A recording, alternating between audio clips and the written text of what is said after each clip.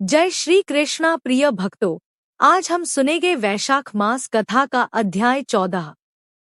श्रुतदेव कहते हैं, परमात्मा भगवान नारायण 4 भुजाओं से सुशोभित थे।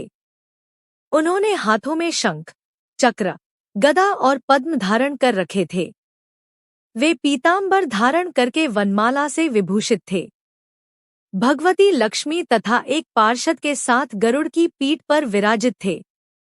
उनका दुहसा तेज देखकर राजा के नेत्र सहसा मुंद गए। उनके सब अंगों में रोमांच हो आया और नेत्रों से अश्रुधारा प्रवाहित होने लगी। भगवत दर्शन के आनंद में उनका हृदय सर्वथा डूब गया। उन्होंने तत्काल आगे बढ़कर भगवान को साष्टांग प्रणाम किया। फिर प्रेम विह्वल नेत्रों से विश्वात्मदेव जगदीश्वर श्रीहरि को बहुत देर तक निहार कर उनके चरण धोए और उस जल को अपने मस्तक पर धारण किया। उन्हीं चरणों की धोवन रूपा श्री गंगा जी ब्रह्मा जी सहित तीनों लोकों को पवित्र करती हैं। तत्पश्चात राजा ने महान वैभव से बहुमूल्य वस्त्र आभूषण और चंदन से हार, धूप, दीप तथा अमृत के समान नैवेद्य के निवेदन आदि से एवं अपने तन, मन, धन और आत्मा का समर्पण करके अद्वितीय पुराण पुरुष भगवान विष्णु का पूजन किया। पूजा के बाद इस प्रकार स्तुति की, जो निर्गुण, निरंजन एवं प्रजापतियों के भी अधीश्वर हैं, ब्रह्मा आदि संपूर्ण देवता जिनकी वंदना करते रहते हैं, उन परम पुरुष भगवान श्रीहरि को मैं प्रणाम करता हूँ। शरणागतों की पापराशि का नाश करने वाले आपके चरणारविंदों को परिपक्व योग वाले योगियों ने जो अपने हृदय में धारण किया है, यह उनके लिए बड़े सौभाग्य की बात है। बढ़ी हुई भक्ति के द्वारा अपने अंतःकरण तथा जीव भाव को भी आपके चरणों में ही चढ़ाकर वे योगीजन उन चरणों के चिंतन मात्र से आपके धाम को प्राप्त हुए हैं। विचित्र कर्म करने वाले आप स्वतंत्र परमेश्वर को नमस्कार है। साधु पुरुषों पर अनुग्रह करने वाले आप परमात्मा को प्रणाम है। प्रभो, आपकी माया से मोहित होकर मैं स्त्री और धनरूपी विषयों में ही भटकता रहा हूँ। अनर्थ में ही मेरी अर्थदृष्टि हो गई थी। प्रभो, विश्वमूर्ते, जब जीव पर आप अनंत शक्ति परमेश्वर की कृपा होती है, तभी उसे महापुरुषों का संग प्राप्त होता है, जिससे यह संसार समुद्र गोपद के समान हो जाता है। ईश्वर, जब सत्संग मिलता है, तभी आप में मन तथा बुद्धि का अनुराग होता है। मेरा समस्त राज्य जो मुझसे छिन गया था, वह भी आपका मुझ पर महान अनुग्रह ही हुआ था, ऐसा मैं मानता हूँ।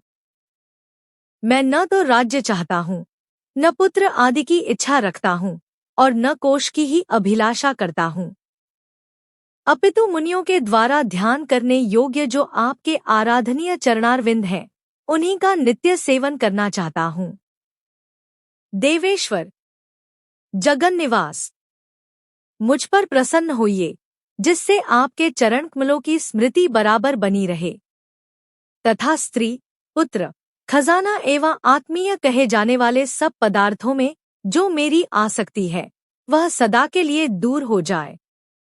भगवन, मेरा मन सदा आपके चरणारविंदों के चिंतन में लगा रहे, मेरी वाणी आपकी दिव्य कथा के निरंतर वर्णन में तत्पर हो, मेरे ये दोनों नेत्र आपके श्री विग्रह के दर्शन में, कान कथा श्रवण में तथा रसना आपके भोग लगाए हुए प्रसाद के आस्वादन में प्रवृत्त हो। प्रभो, मेरी नासिका आपके चरण कमलों की तथा आपके भक्तजनों के गंधविलेपन आदि की सुगंध लेने में, दोनों हाथ आपके मंदिर में झाड़ू देने आदि की सेवा में, दोनों पैर आपके तीर्थ और कथास्थान की यात्रा करने में तथा मस्तक निरंतर आपको प्रणाम करने में संलग्न रहें। मेरी कामना आपकी उत्तम कथा में और बुद्धि अहर्निश आपका चिंतन करने में तत्पर हो। मेरे घर पर पधारे हुए मुनियों द्वारा आपकी उत्तम कथा का वर्णन तथा आपकी महिमा का गान होता रहे और इसी में मेरे दिन बीतें। विष्णु, एक क्षण तथा आधे पल के लिए भी ऐसा प्रसंग न उपस्थित हो जो आपकी चर्चा से रहित हो। हरे, मैं परमेष्ठी ब्रह्मा का पद, भूतल का चक्रवर्ती राज्य और मोक्ष भी नहीं चाहता, केवल आपके चरणों की निरंतर सेवा चाहता हूँ, जिसके लिए लक्ष्मी जी तथा ब्रह्मा, शंकर आदि देवता भी सदा प्रार्थना किया करते हैं। राजा के इस प्रकार स्तुति करने पर कमलनयन भगवान विष्णु ने प्रसन्न हो मेघ के समान गंभीर वाणी में इस प्रकार कहा, राजन, मैं जानता हूँ तुम मेरे श्रेष्ठ भक्त हो, कामनारहित और निष्पाप हो नरेश्वर। मुझ में तुम्हारी दृढ़ भक्ति हो और अंत में तुम मेरा सायुज्य प्राप्त करो। तुम्हारे द्वारा किए हुए इस स्तोत्र से इस पृथ्वी पर जो लोग स्तुति करेंगे उनके ऊपर संतुष्ट हो मैं उन्हें भोग और मोक्ष प्रदान करूंगा। यह अक्षय तृतीया इस पृथ्वी पर प्रसिद्ध होगी, जिसमें भोग और मोक्ष प्रदान करने वाला मैं तुम्हारे ऊपर प्रसन्न हुआ। जो मनुष्य इस तिथि को किसी भी बहाने से अथवा स्वभाव से ही स्नान, दान आदि क्रियाएं करते हैं, वे मेरे अविनाशी पद को प्राप्त होते हैं।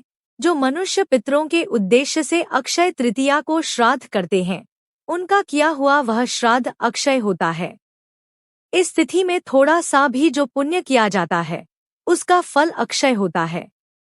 नृपश्रेष्ठ, जो कुटुंबी ब्राह्मण को गाय दान करता है, उसके हाथ में सब संपत्तियों की वर्षा करने वाली भुक्ति और मुक्ति भी आ जाती है। जो वैशाख मास में मेरा प्रिय करने वाले धर्मों का अनुष्ठान करता है, उसके जन्म, मृत्यु, जरा, भय और पाप को मैं हर लेता हूँ। अनघ, यह वैशाख मास मेरे चरण चिंतन की ही भांति ऐसे सहस्रों पापों को हर लेता है, जिनके लिए शास्त्रों में कोई प्रायश्चित्त नहीं मिलता है। राजा को यह वरदान देकर देवाधिदेव भगवान जनार्दन सबके देखते देखते वहीं अंतर्धान हो गए। तदंतर राजा पुरुषा सदा भगवान में ही मन लगाए हुए उन्हीं की सेवा में तत्पर रहकर इस पृथ्वी का पालन करने लगे। देव दुर्लभ समस्त मनोरथों का उपभोग करके अंत में उन्होंने चक्रधारी भगवान विष्णु का सायुज्य प्राप्त कर लिया। जो इस उत्तम उपाख्यान को सुनते और सुनाते हैं, वे सब पापों से मुक्त हो भगवान विष्णु के परम पद को प्राप्त होते हैं। यह भाग यहीं पर समाप्त होता है। अगर आपको यह कथा पसंद आई हो तो कमेंट बॉक्स में जय श्री कृष्णा लिखकर हमारे चैनल को सब्सक्राइब करके वीडियो को लाइक और शेयर जरूर करें।